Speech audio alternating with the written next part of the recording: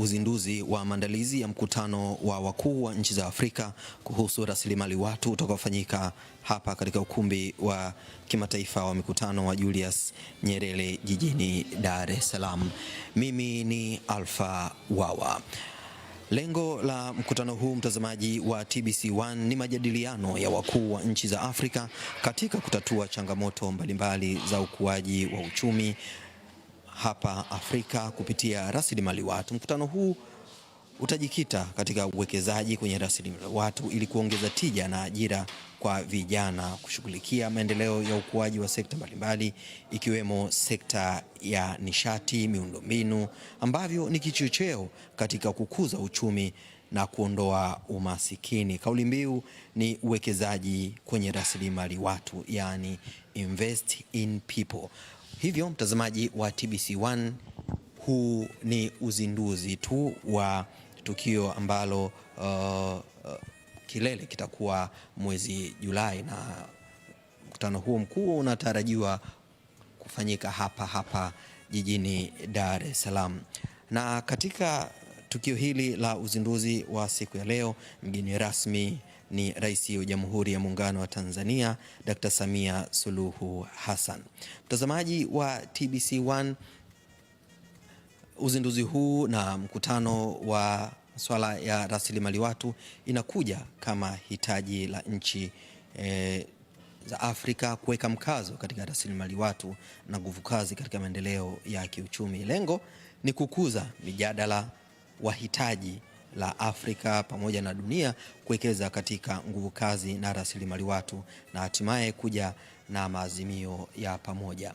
Wageni mbalimbali tayari wamewasili katika ukumbi huu wa kimataifa wa mikutano wa Julius Nyerere, wanadiplomasia, wakuu wa taasisi mbalimbali, mashirika, ikiwa ni wadau muhimu haswa katika masuala haya ya rasilimali watu. Rasilimali watu imekuwa ni swala muhimu sana katika maendeleo ya sasa ya dunia, ukizingatia dunia inaendelea mno, teknolojia inabadilika, teknolojia ya uzalishaji inabadilika. Hivyo kuwekeza katika rasilimali watu imekuwa ni swala muhimu, na nchi za Afrika ikiwa ni miongoni na ikiwa ni kanda muhimu sana katika maendeleo ya dunia, ikizingatiwa ukuaji wa watu, ukuaji wa teknolojia ni mkubwa, basi uhitaji wa rasilimali watu ambayo inaendana na teknolojia, ukuaji wa rasilimali na nguvu kazi ambayo inaendana na uchumi imekuwa ni swala muhimu sana. Jina langu ni Alpha Wawa, kwa niaba wote wanaoshiriki katika matangazo haya, karibu sana mtazamaji wa TBC1.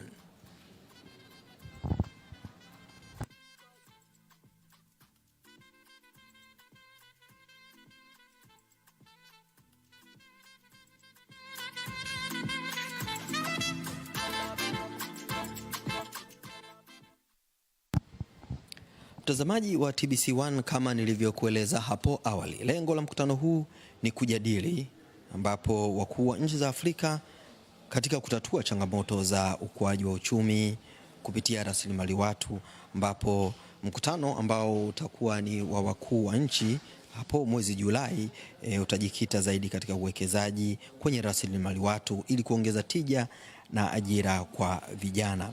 Ajira kwa vijana imekuwa ni kilio ambacho si kwa Afrika tu, ni duniani kote. Swala la ajira kwa vijana limekuwa ni swala ambalo linagusa mijadala mbalimbali ya wawekezaji, wadau wa maendeleo na watu mbalimbali. Limekuwa ni swala muhimu sana la kujadiliwa, ambapo karibu kila nchi inazungumza swala hilo. Hivyo kuwekeza katika rasilimali watu, kuwekeza katika nguvu kazi imekuwa ni jambo ambalo linapigiwa chapuo na wakuu pamoja na watu mbalimbali ambao wanashiriki katika mijadala pamoja na maendeleo ya dunia. Hivyo majukwaa mbalimbali ya ulimwengu yamekuwa yakijadili swala hili la ukuaji wa rasilimali watu pamoja na masuala ya ajira. Miongoni mwa mambo ambayo yanatazamiwa katika mkutano ni maendeleo ya ukuaji wa sekta mbalimbali ikiwemo sekta ya nishati, miundombinu ambavyo ni kichocheo katika kukuza uchumi na kuondoa umasikini. Kauli mbiu ya mkutano ni uwekezaji kwenye rasilimali watu, yani invest in people, na inakuja kama hitaji la nchi kuweka mkazo katika rasilimali watu na nguvu kazi katika maendeleo ya kiuchumi. Lengo ya mkutano huu ni kukuza mijadala wa hitaji la dunia kuwekeza katika nguvu kazi na rasilimali watu na hatimaye kuja na maazimio ya wakuu wa nchi wa Afrika. Mtazamaji wa TBC1, ajira kwa vijana, ajira pamoja na rasilimali watu imekuwa ni swala ambalo linagusa majukwaa mbalimbali, iwe majukwaa ya kiuchumi, majukwaa ya teknolojia pamoja na majukwaa ya uzalishaji, ikiwa ni nyenzo muhimu na ukuaji wa watu pamoja na teknolojia hasa kwa nchi za Afrika. Imekuwa ni swala ambalo linatazamwa kama swala ambalo ni muhimu sana katika maendeleo, iwe maendeleo ya viwanda, maendeleo ya teknolojia pamoja na uzalishaji. Hivyo mkutano kama huu ni swala muhimu sana katika kupelekea maendeleo hayo, kuanzia maendeleo ya nguvu kazi pamoja na maendeleo ya rasilimali watu.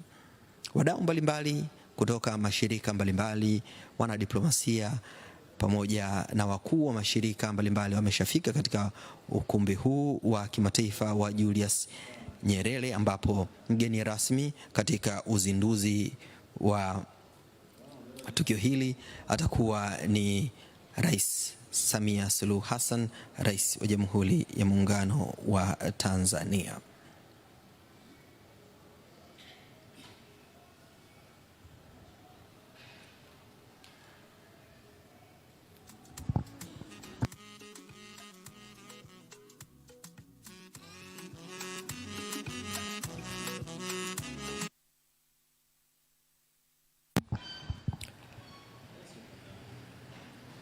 Lengo la mkutano huu ni majadiliano, ni wakuu wa nchi kujadiliana, na mkutano kilele chake itakuwa ni mwezi Julai, lakini kinachofanyika siku ya leo ni uzinduzi wa maandalizi ya mkutano huo wa mwezi Julai, ambapo wakuu wa nchi za Afrika kuhusu rasilimali watu unafanyika hapa katika ukumbi wa kimataifa wa mikutano wa Julius Nyerere. Lengo ni majadiliano ya wakuu wa nchi za Afrika katika kutatua changamoto mbalimbali za ukuaji wa uchumi Afrika kupitia rasilimali watu. Mkutano utajikita zaidi na utajadili uwekezaji kwenye rasilimali watu pamoja na nguvu kazi. Nguvu kazi ya Afrika imekuwa ni swala ambalo linaangaliwa si tu na mataifa ya Afrika bali duniani, kwa sababu vijana wamekuwa ni sehemu kubwa ya nguvu kazi pamoja na ukuaji wa watu, imekuwa ni kichocheo muhimu zaidi katika maendeleo. Mataifa mengine yakiwa yana uchache wa vijana, mataifa ya Afrika yamekuwa na vijana wengi zaidi ukilinganisha na mataifa mengine duniani. Hivyo swala la kuwatazama vijana kwa jicho la tofauti, kuwatazama vijana katika kuwekeza katika rasilimali watu, kuwekeza katika uwezo wao, imekuwa ni jambo ambalo linapigiwa chapuo si tu na wakuu wa nchi za Afrika bali ni wadau mbalimbali wa maendeleo. Miongoni mwa wadau wa maendeleo ndio tunaowatazama katika matangazo haya mbashara, ambao wameshafika katika ukumbi huu kuweza kujadiliana, kuweza kushuhudia uzinduzi wa mkutano huu wa masuala ya rasilimali watu. Na ili kuongeza tija na ajira kwa vijana pamoja na kushughulikia maendeleo ya ukuaji wa sekta mbalimbali ikiwemo sekta za nishati, ikiwemo sekta za kilimo, miundombinu pamoja na uzalishaji mbalimbali, swala la rasilimali watu limekuwa ni kichocheo katika kukuza uchumi na kuondoa umasikini. Kauli mbiu ya mkutano huu ni uwekezaji kwenye rasilimali watu, ambapo mgeni rasmi ni Rais wa Jamhuri ya Muungano wa Tanzania Dr. Samia Suluhu Hassan, ambapo hapo baadaye atabonyeza kitufe kuashiria uzinduzi rasmi wa mkutano huu. Na mkutano huu ni sehemu ya mjadala muhimu, ni sehemu ya jukwaa muhimu la kujadili masuala mbalimbali ya husuyo rasilimali watu. Vijana wamekuwa ni sehemu kubwa ambayo inatengeneza uchumi katika mataifa mbalimbali. Hivyo kuwekeza katika vijana imekuwa ni swala ambalo linapigiwa chapuo katika majukwaa mbalimbali, ni swala ambalo linapigiwa chapuo katika vikao mbalimbali vya wakuu wa nchi, iwe wadau wa maendeleo na watu mbalimbali ambao wanatazama dunia na kutaka kuiendeleza dunia katika namna moja ama nyingine. Na hii inakuja kama hitaji la Afrika, kama hitaji la dunia kuweka mkazo katika rasilimali watu na nguvu kazi, kwa sababu ukiwa na nguvu kazi bora, ukiwa na rasilimali ambayo ni bora, rasilimali ambayo imewezeshwa na inaweza ikachangia katika nguvu kazi, ni rasilimali ambayo inaweza ikaleta maendeleo sio tu ya kiuchumi kwa mtu mmoja mmoja, bali maendeleo ya kiuchumi kuanzia kwa nchi pamoja na bara zima na hatimaye maendeleo ya dunia. Na lengo ni lile lile, mtazamaji wa TBC1, lengo ikiwa ni kukuza mijadala, ikiwa ni kukuza pia hitaji la dunia kuwekeza zaidi katika nguvu kazi na rasilimali watu, hatimaye kuja na maazimio ya pamoja namna gani ya kukuza rasilimali watu pamoja na nguvu kazi. Mara nyingine nchi za Afrika zimekuwa zikitazamwa kwamba nguvu kazi yake bado haijawezeshwa vizuri kuweza kukabiliana na maendeleo ya teknolojia pamoja na kukabiliana na uzalishaji wa kisasa. Hivyo wakuu wa nchi wamekuwa wakijadili namna gani ya kuondokana na hiyo kasumba ya kwamba Afrika haijawekeza vilivyo katika kukuza rasilimali watu. Hivyo wakuu wa nchi wameona kuna haja ya kujadili hili kwa pamoja kama Afrika, kuja na maazimio ya pamoja, kuja na mtazamo wa pamoja, namna gani vijana wa Afrika, namna gani nguvu kazi ya Afrika, kuanzia vijana, wakina mama ambao ni sehemu kubwa ya uchumi, ndio wazalishaji wakuu, namna gani wanawezeshwa zaidi, namna gani wanaendelezwa zaidi, ili kusudi kufanya maendeleo yaweze kuenda kwa kasi. Maendeleo ya Afrika ndo maendeleo ya dunia, kwa maana Afrika ni sehemu kubwa na ni sehemu muhimu sana katika maendeleo ya ulimwengu ambao hivi sasa unachagizwa na kasi kubwa ya maendeleo ya teknolojia. Mijadala mikubwa hivi sasa inajadili kuhusiana na mapinduzi ya nne ya teknolojia I4R. Hivyo dunia sasa hivi inazungumza masuala ya teknolojia, na uwezo ukazungumzia teknolojia, hiyo teknolojia lazima iweze kufanywa na watu. Rasilimali watu, nguvu kazi lazima iwezeshwe katika masuala hayo muhimu, ili kusudi uweze kuendana na kasi ya maendeleo duniani. Hivyo vijana wa Afrika, nguvu kazi ya Afrika imekuwa ni sehemu muhimu sana ya maendeleo. Mtazamaji wa TBC1, unatazama matangazo mbashara ya uzinduzi wa maandalizi ya mkutano wa wakuu wa nchi za Afrika kuhusu rasilimali watu, ambao unafanyika hapa katika ukumbi wa mikutano wa kimataifa wa Julius Nyerere. Tukio hili, uzinduzi wake unafanywa na Rais wa Jamhuri ya Muungano wa Tanzania Dr. Samia Suluhu Hassan hapa katika ukumbi wa mikutano wa kimataifa wa Julius Nyerere. Lengo ni majadiliano ya wakuu wa nchi za Afrika katika kutatua changamoto mbalimbali za ukuaji wa uchumi Afrika kupitia rasilimali watu.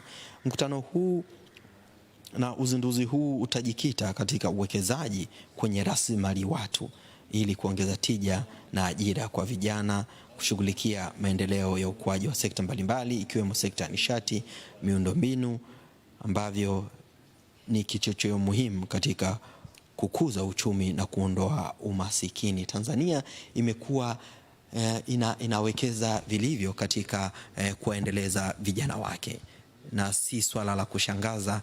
Uzinduzi wa mkutano huu umefanyika hapa Tanzania, ambapo mgeni rasmi ni Rais wa Jamhuri ya Muungano wa Tanzania Dr. Samia Suluhu Hassan, ambapo katika ukumbi huu wageni mbalimbali wanatarajiwa sasa kumpokea Mheshimiwa Rais, na msafara wake ndio wanaingia katika ukumbi huu, ambapo miongoni mwa waliohudhuria ni Waziri wa Mambo ya Nje Dr. Stergomena Tax pamoja na Waziri wa Fedha na Mipango Dr. Mwigulu Nchemba. Mtazamaji wa TBC1, tusikilize kinachoendelea ukumbini, ambapo Rais Dr. Samia Suluhu Hassan ndio anawasili hivyo, na ameongozana na msafara. Miongoni mwa watu walioongozana nao ni Rais mstaafu wa Zanzibar Dr. Shein.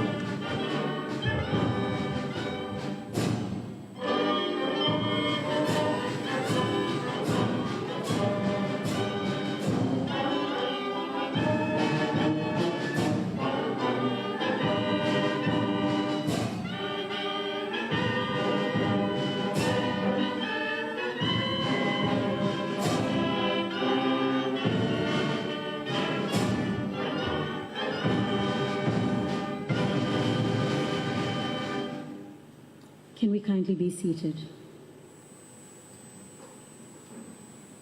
Her Excellency Samia Suluhu Hassan, President of the United Republic of Tanzania, honorable ministers from both mainland and Zanzibar, former President of Zanzibar, Mohamed Shein, permanent secretaries, Mr. Nathan Belete, Country Director, World Bank, Tanzania, His Excellency Ahmada El Badawi Mohammed, Ambassador of the Comoros and Dean of the Diplomatic Corps, Excellencies, members of the Diplomatic Corps, Honorable Albert Chalamila, Dar es Salaam Regional Commissioner, heads of defense and security organs, religious leaders, World Bank officials present, leaders of political parties, representatives of higher learning institutions, representatives of the private sector, civil societies, and non-governmental organizations, students, media, invited guests,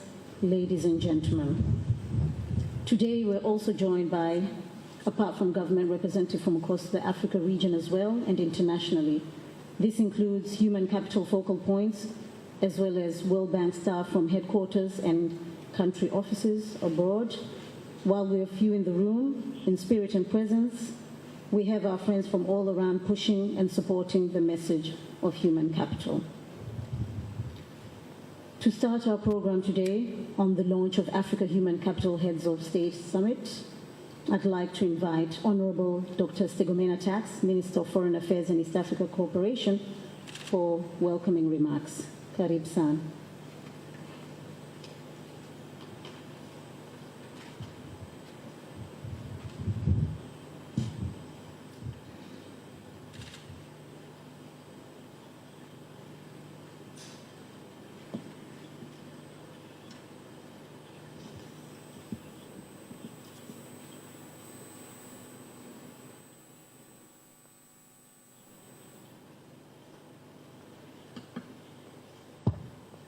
Your Excellency Dr. Samia Suluhu Hassan, President of the United Republic of Tanzania, His Excellency Dr. Ali Mohamed Shein, former President of the Revolutionary Government of Zanzibar, Honorable Dr. Mwigulu Nchemba, Member of Parliament, Minister of Finance and Planning, Honorable Dr. Sada Mkuya, Member of Parliament, Minister of State, President's Office, Finance and Planning, Revolutionary Government of Zanzibar, Honorable Ministers present, Honorable Albert Chalamila, Regional Commissioner for Dar es Salaam, Mr. Nathan Belete, Country Director, World Bank Tanzania, Permanent Secretaries, Excellencies, Head of Diplomatic Missions and International Organizations, Heads of Defense and Security Organs, Government officials, partners from the media, ladies and gentlemen.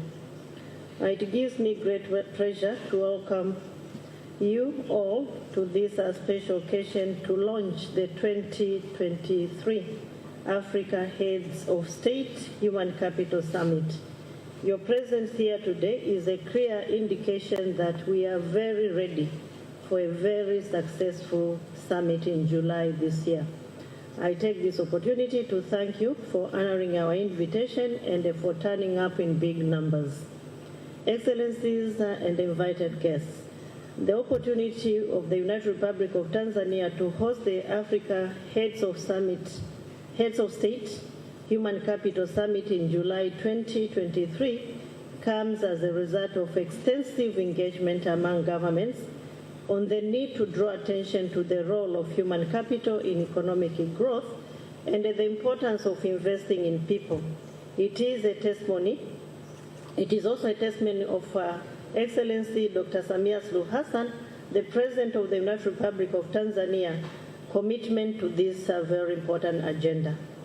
The summit will enable heads of state to share knowledge and experiences on human capital and come up with a concrete commitment, but also next steps.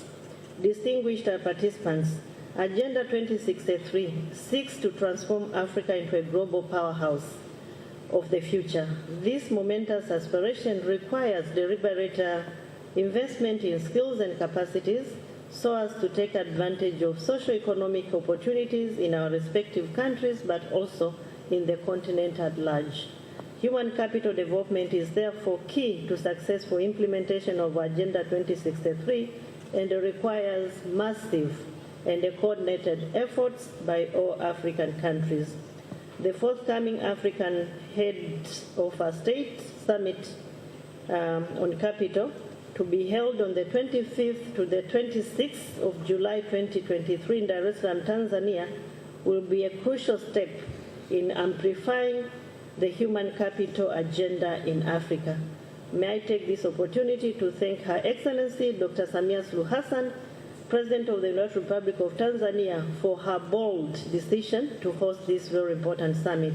Your Excellency, decisions to host the summit is a proof of your commitment to continental and international affairs. Excellencies, distinguished participants, my role is just to welcome you. May I once again welcome you all to this launch of which will be officially announced, or will officially announce the summit and rally stakeholders to prioritize investment in Africa's human capital. We are very, very thrilled to be in the presence of Her Excellency Dr. Samia Suluhu Hassan, the President of the United Republic of Tanzania, who will be launching the Human Capital Summit. With these welcoming remarks, I thank you very much for your attention.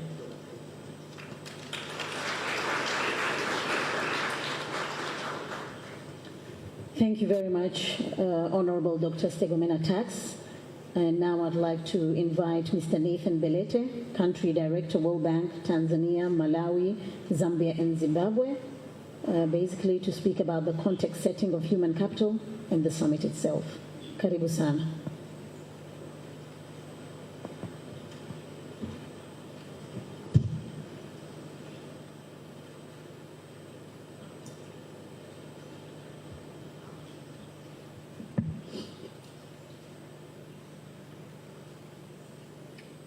Your Excellency, Dr. Samia Suluhu Hassan, President of the United Republic of Tanzania, His Excellency, the former President of Zanzibar, Honorable Minister of Finance, Honorable Minister of Foreign Affairs, Honorable Minister of Finance of Zanzibar, Honorable Ministers, Regional Commissioner of Dodoma, Permanent Secretaries, government officials that are present, representatives, ambassadors, heads of diplomatic missions, development partners, ladies and gentlemen, all protocols observed.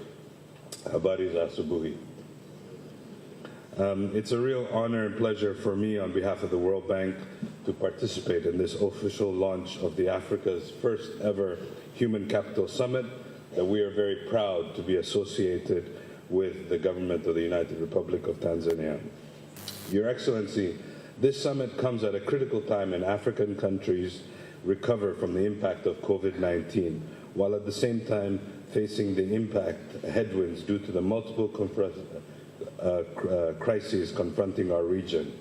For this very reason, investing in Africa's human capital, who are largely young, passionate, and ambitious, will be key to equipping them to face the challenges of the future.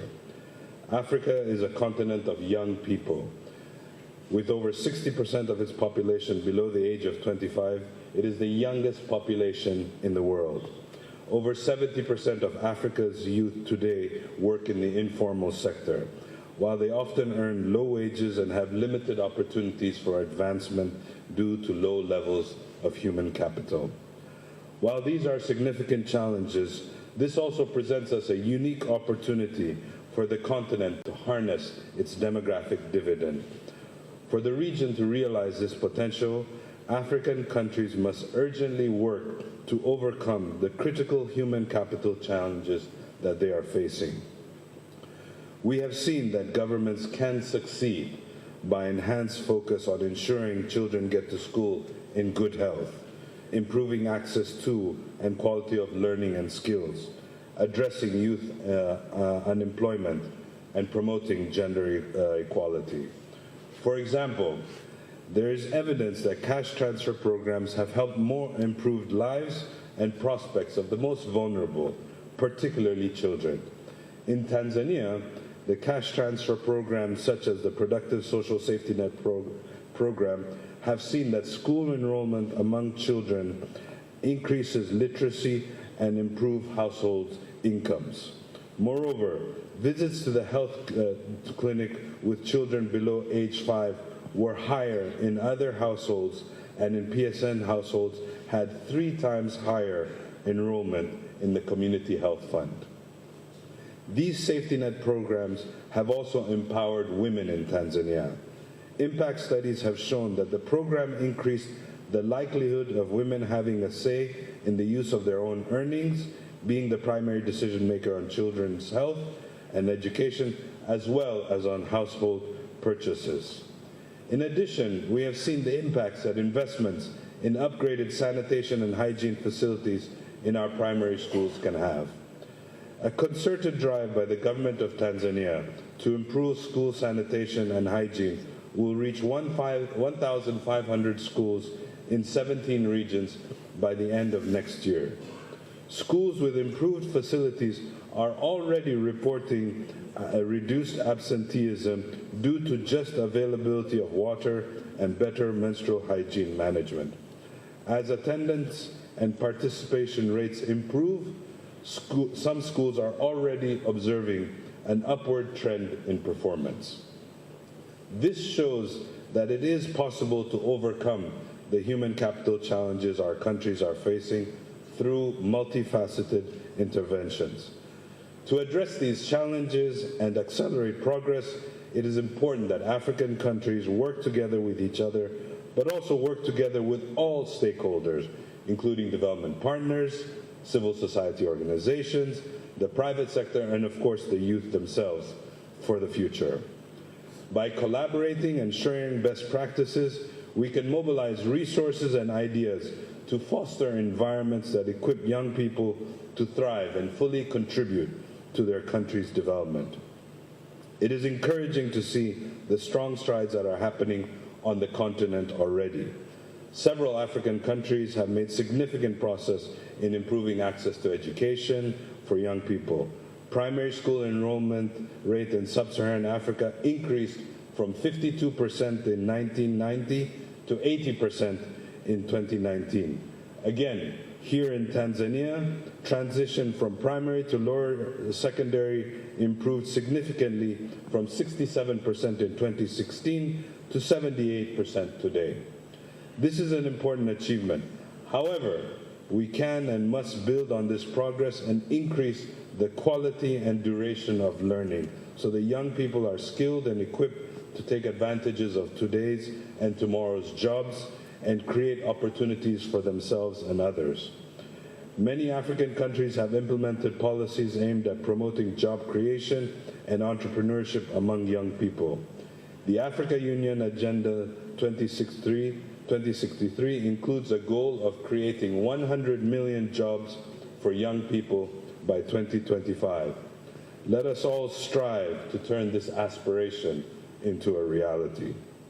To achieve this work, let us work together to overcome the human capital challenges and reap the demographic dividend, which presents, once again, a unique opportunity for Africa to harness the infinite potential of its young population.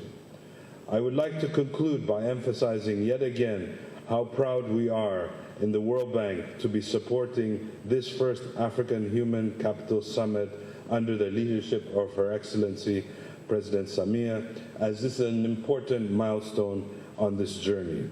I would also like to take this opportunity to recognize the delegation of the government of Tanzania to the World Bank IMF spring meetings, in which they made a passionate plea for advancing human capital and achieving all development goals for Tanzania and its African partners.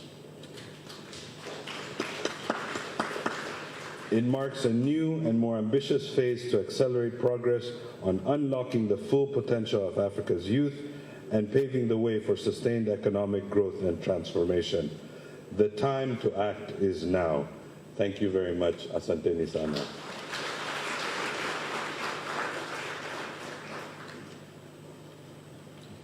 Thank you very much, Mr. Nathan Belete, Country Director, World Bank, Tanzania, Malawi, Zambia, and Zimbabwe. So now we're going to have two consecutive video messages. One is from Ms. Victoria Kwakwa, World Bank Vice President, East and Southern Africa. And the next one, which will be back-to-back, will be from Mr. Usmani Diagana, World Bank Vice President, Central and West Africa. Please, can you play the videos? Ladies and gentlemen, Honorable President Samia, Usman and I are excited to join you today from Washington, D.C. The Africa Heads of State Summit on Human Capital comes at a critical time. Overlapping global challenges have reversed decades of progress in human capital outcomes, especially in sub-Saharan Africa. We must act now.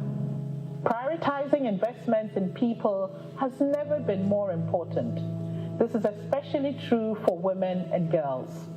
Healthier, better educated women and girls have healthier, better educated families, not least because women tend to invest more of their incomes in their children. Equipping women with skills and helping connect people to opportunities will raise living standards and break the cycle of poverty, while spurring broader economic development. As technology is driving transformation in the world, we must equip the workforce with relevant education and skills so that everyone has the opportunity to succeed. In fact, it is estimated that 230 million jobs in Africa will require digital skills by 2030. Closing the gender-digital divide will be critical, as women in many countries are underrepresented in access to digital technologies. While the task at hand seems daunting, I'm optimistic because we've seen progress across the continent, even in the face of multiple adversities. We have the opportunity now, and we must seize it by making smart and effective investments in Africa's greatest resource, its people. I'm looking forward to the summit where we'll agree on concrete actions that will lay the groundwork for Africa's vibrant youth, women and girls to achieve their full potential. Victoria, I share your view, your sense of concern and urgency, but also optimism. The innovative spirit of our young people are our best assets and hold great promise for our region. But we'll only be able to harness the demographic dividend if youth are equipped with the necessary knowledge and skills to realize their full potential. In West and Central Africa, countries face huge challenges for human capital accumulation. This region has the lowest human capital index rating among the World Bank 7 regions. Education systems are in crisis, with an 80% of children under 10 unable to reach a simple text, what we call learning poverty. Conflict setting affects service delivery in many of our countries. The region hosts 7.3 million of refugees and 23 million internally displaced people. But the region also has one of the largest return on education. Achieving universal basic education would translate into a 2.2 times high GDP per capita. Despite the challenges, countries are innovating and getting results. For example, in Nigeria, the Better Education Service Delivery for All program is partnering with religious schools to introduce basic literacy and numeracy for Almajiri students, which form the largest portion of out-of-school children in the population. For this reason, our regional strategy seeks to reduce learning poverty, increase girls' secondary education enrollment, and strengthen higher education system to produce more employable graduates. But we will not be able to deliver change without building political momentum in the region. For this reason, this summit will be vital for ensuring that countries accelerate investment in people and ensure a better future for all. Let's invest in the future generation today to transform Africa. With that, thank you, and we look forward to seeing you at the summit.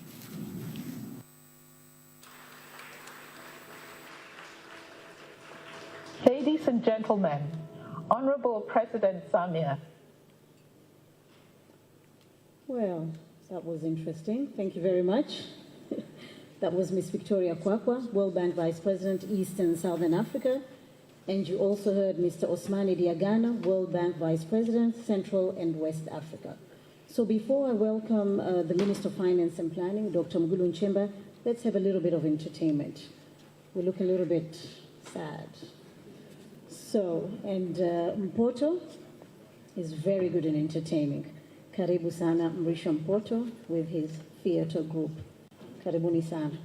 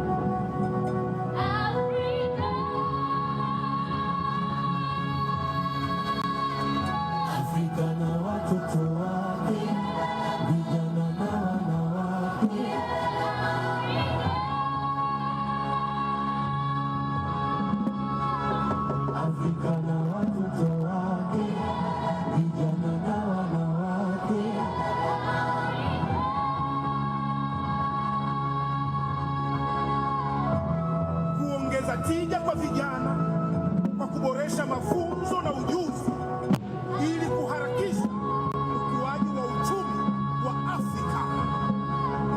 Afrika na watoto wake, vijana na wanawake.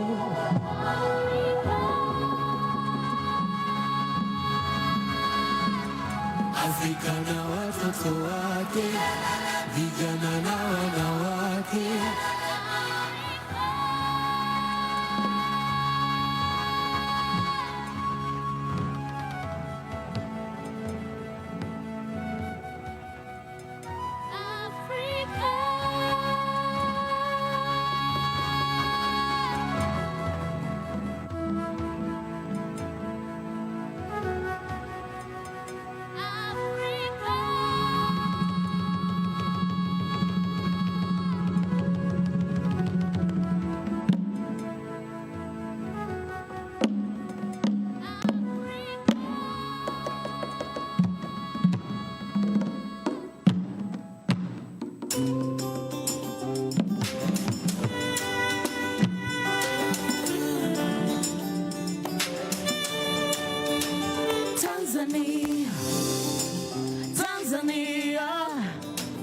Tanzania, Mungu ibariki Tanzania. Asante Benki ya Dunia kwa kutuunganisha wana Afrika. Asante Rais Samia kwa kutuheshimisha wa Tanzania. Asante Benki ya Dunia kwa kutuunganisha wana Afrika. Asante Rais Samia kwa kutuheshimisha wa Tanzania. Afrika punde itazungumza kwenye ardhi ya Tanzania. Kuhusu umuhimu wa kuwekeza katika rasilimali watu, hasa watoto, vijana na wanawake. Hiyo moja ya nguzo muhimu katika kukuza uchumi na maendeleo ya nchi za Afrika. Asante Benki ya Dunia kwa kutuunganisha wana Afrika.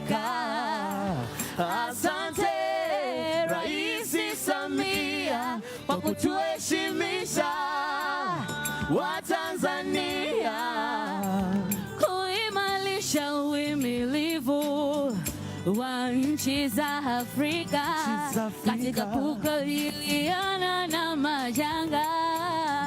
Karibuni marais wa nchi za Afrika kushuhudia makubwa ya Tanzania. Karibuni Tanzania. Asante Benki ya Dunia kwa kutukutanisha wana Afrika. Asante Rais Samia kwa kutuheshimisha Watanzania. Asante Benki ya Dunia kwa kutukutanisha wana Afrika. Asante Rais Samia kwa kutuheshimisha Watanzania. Tanzania yasonga mbele, juzi, jana na kesho. Karibuni mwone mlima mrefu barani Afrika. Tanzania yasonga mbele, juzi, jana kesho. Ni muone visiwa vya marashi ya karafuu Zanzibar. Tanzania yasonga mbele, juzi, jana na kesho. Muone kwenye ardhi ya amani na utulivu Tanzania. Tanzania yasonga mbele, Juzi, jana na kesho. Juzi, jana na kesho. Juzi, jana na kesho. Tanzania yasonga mbele, juzi, jana na kesho. Juzi, jana na kesho. Juzi, jana na kesho. Thank you. Thank you. Thank you very much. I did promise they won't disappoint, and I'm sure they didn't. So that's a performance from Mpoto Theatre Gallery Group. So now I'd like to welcome Honorable Dr. Mwigulu Nchemba, Minister of Finance and Planning, to welcome the President of the United Republic of Tanzania.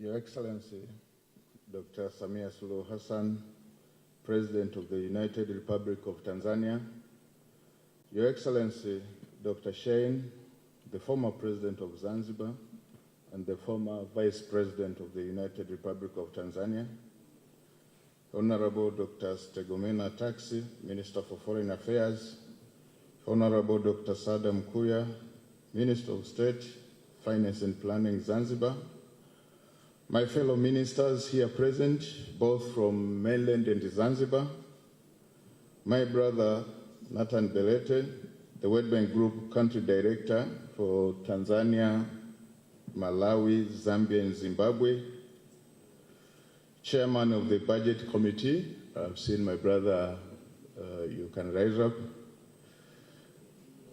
This is my boss when it comes to the matters of the House. Permanent secretaries and all other government officials here present, both for URT, the mainland and Zanzibar, Comrade Albert Chalamila, the Regional Commissioner for Dar es Salaam, representatives from heads of diplomatic mission and international organizations, representatives from the private sector here in Tanzania, religious leaders, comrades from the security organs, representatives from civil societies, and all other members of press, ladies and gentlemen, nawasalimu kwa jina la Jamhuri ya Muungano wa Tanzania. At the outset, I would like to thank the Almighty God for allowing us to meet and witness the official launch of the 2023 Africa Heads of State Human Capital Summit. I personally wish to thank you, Your Excellence, for accepting the host of the Human Capital Summit in July 2023 here in Dar es Salaam. Your acceptance to host signifies your commitment and dedication to the development of human capital, not only here in Tanzania, but Africa and the world at all. Allow me also to express my sincere appreciation to the World Bank for their innovative ideas convening the Africa Heads of State Summit, Human Capital Summit, that will alleviate deliberations on human capital agenda from the technical political level. Your Excellencies, ladies and gentlemen, the Human Capital Summit is an important forum to bring high-level attention to the challenges facing human capital development in Africa caused by various challenges, including financial needs, investment in our people, growing demographic pressure, youth population with limited job opportunities, skill and labor market mismatch, and others. The summit is expected to provide opportunities to the heads of state to discuss and share their experiences on key actions and deliberations on the commitment toward few focus of priority and development of African human capital. Your Excellencies, ladies and gentlemen, the World Bank Group has been very instrumental in supporting growth of human capital in Africa. I must admit that all of the financial resources that the government has received from the World Bank, a good share that has been allocated is provided to good health and sanitation services, inclusive and quality education, and enhancing youth skills for opportunity and productivity. Through this summit, I believe the World Bank will scale up the support to African countries and attract more development partners to support African states' progress in support for human capital development. Your Excellence, under your leadership, the government has been able to increase investment in health, education, skills, and life opportunities, which compounds to human capital investment. Tanzanian children and youth will always treasure the legacy of prioritizing investment in the people you have done. And finally, let me take this opportunity to welcome you, Your Excellency Dr. Samia Suluhu Hassan, President of the United Republic of Tanzania, to officially launch the 2023 Africa Heads of State Human Capital Summit. Karibu sana, Mheshimiwa Rais, kwa unyenyekevu mkubwa.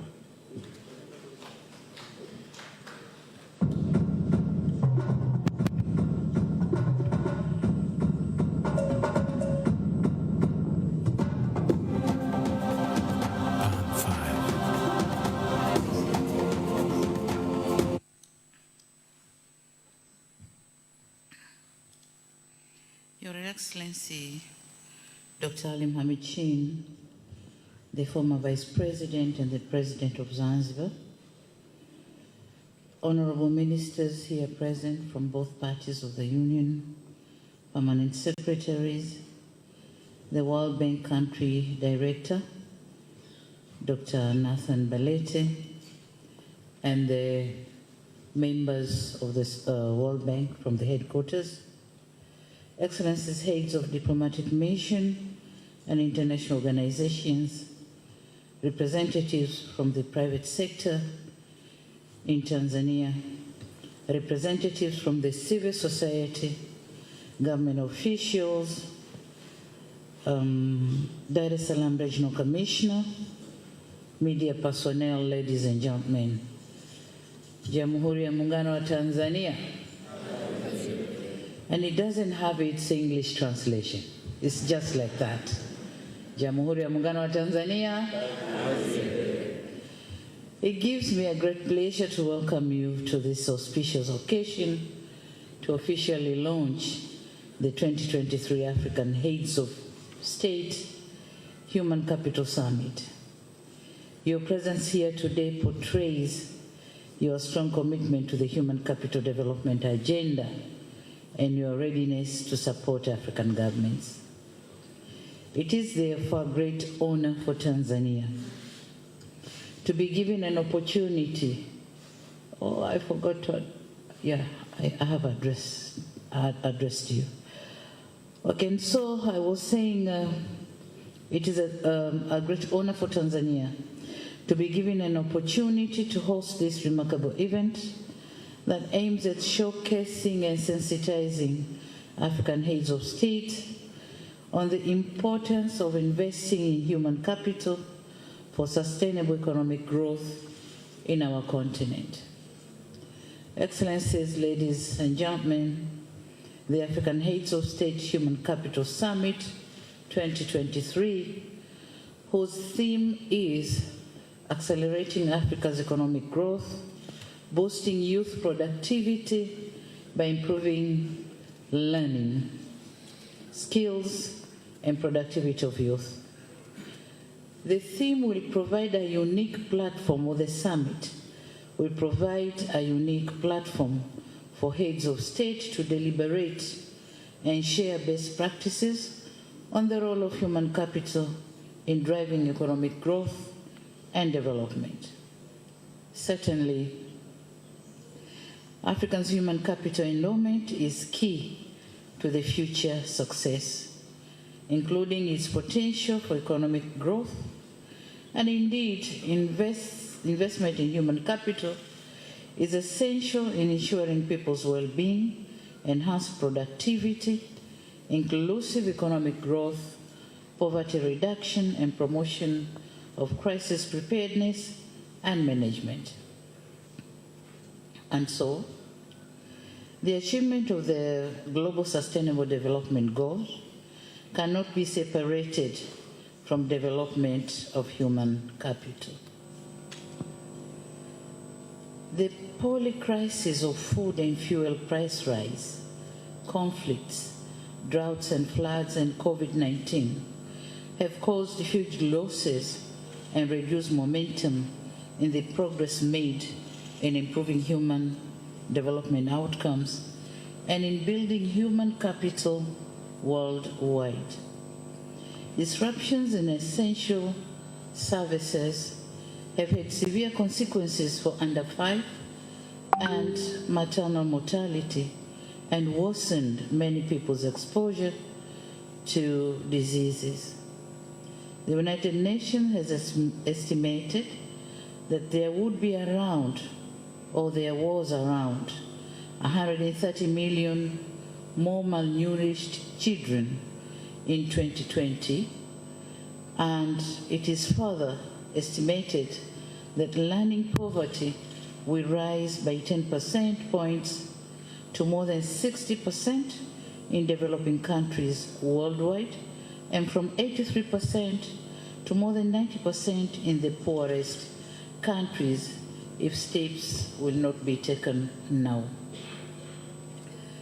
So these are the staggering statistics that call for urgent, holistic, and collective interventions.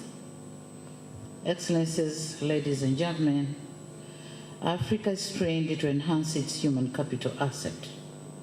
The continent marks the lowest on the average on human capital index among all regions of the world, amplified by the lowest scores of many sub-Saharan African countries, and it is clear that the pandemic, compounded by conflicts, have caused unprecedented disruptions, revealing gaps in our systems and infrastructure that need to be addressed urgently.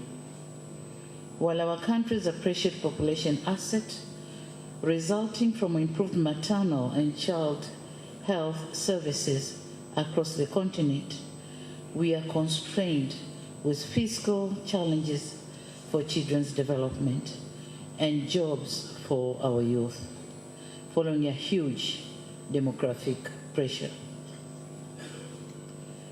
United Nations reports show that African countries are still facing challenges in meeting the SDGs related to human capital development.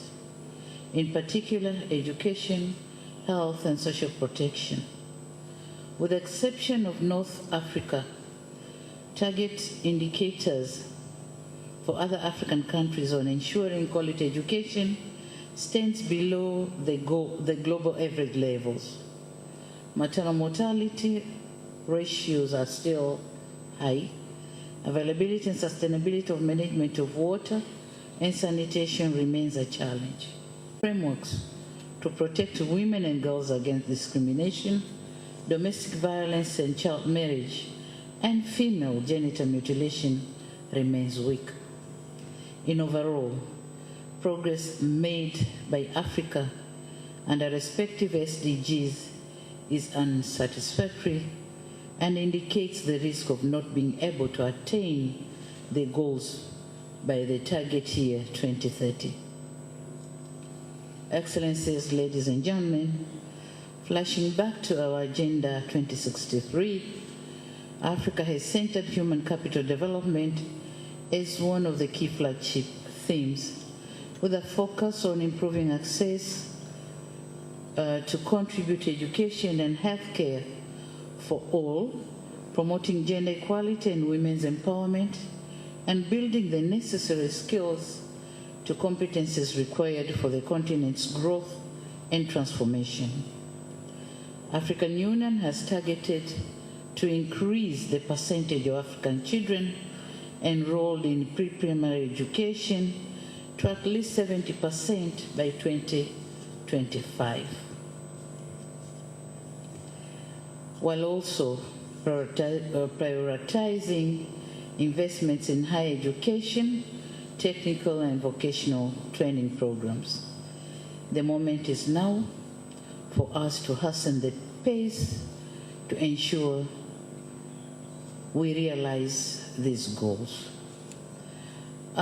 Here to affirm that we in Tanzania has already taken off. We have taken various steps to implement the SDGs, so we are now gaining momentum in implementation. All we need is being supported for our journey to prosperity to be safer and smooth, and to make sure that we are landing on the implementation of the SDGs. We are going to give detailed information during the summit in July. But all I have to say is in Tanzania, human capital development has been our priority goals in all our development plans. So we are not as bad as the situation is explained in various reports. We have done a tremendous job, and we are continuing. We need support for us to be able to go smoothly and gently. Excellencies, ladies and gentlemen, we are called upon to take immediate measures to address the potential population challenges by immensely investing in our people's health, including water and sanitation, and quality education with proper and necessary skills for human capital development. Our policies should dwell around improving the quality and ability of our people with a special focus on human capital development.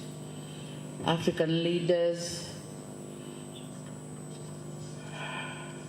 don't want to say should begin to think, but should continue to implement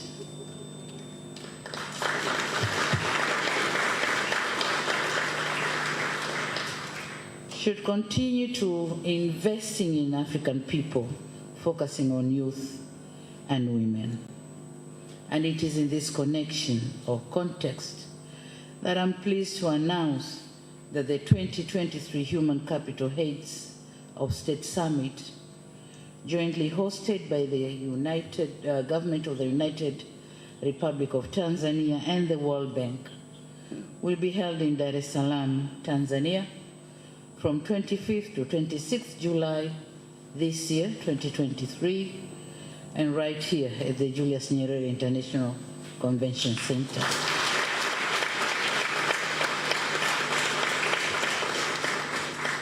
The journey to the summit starts now, and I urge you, all of you, to save the date for this important event.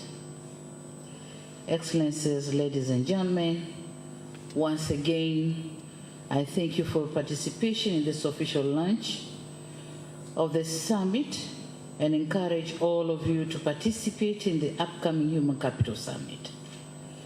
You are cordially welcome to the United Republic of Tanzania, the land of Kilimanjaro, Ngorongoro, Serengeti, and Zanzibar.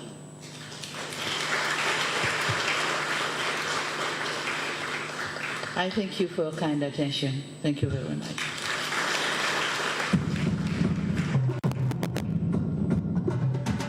Thank you very much, Your Excellency. And now it's the time that everybody was waiting for, the official launch of the African Human Capital Heads of State Summit, and it's happening with a star.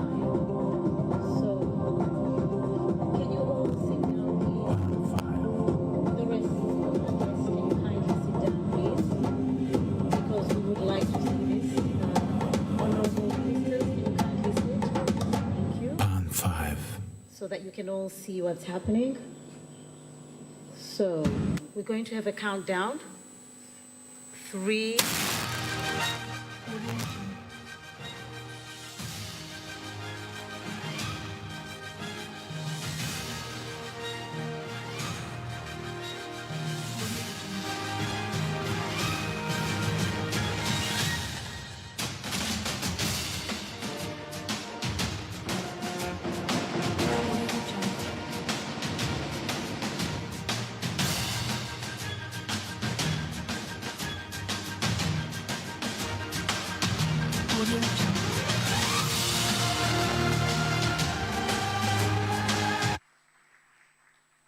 So now it has been officially launched.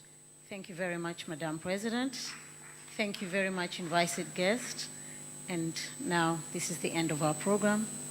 Can we allow the President to leave for other duties?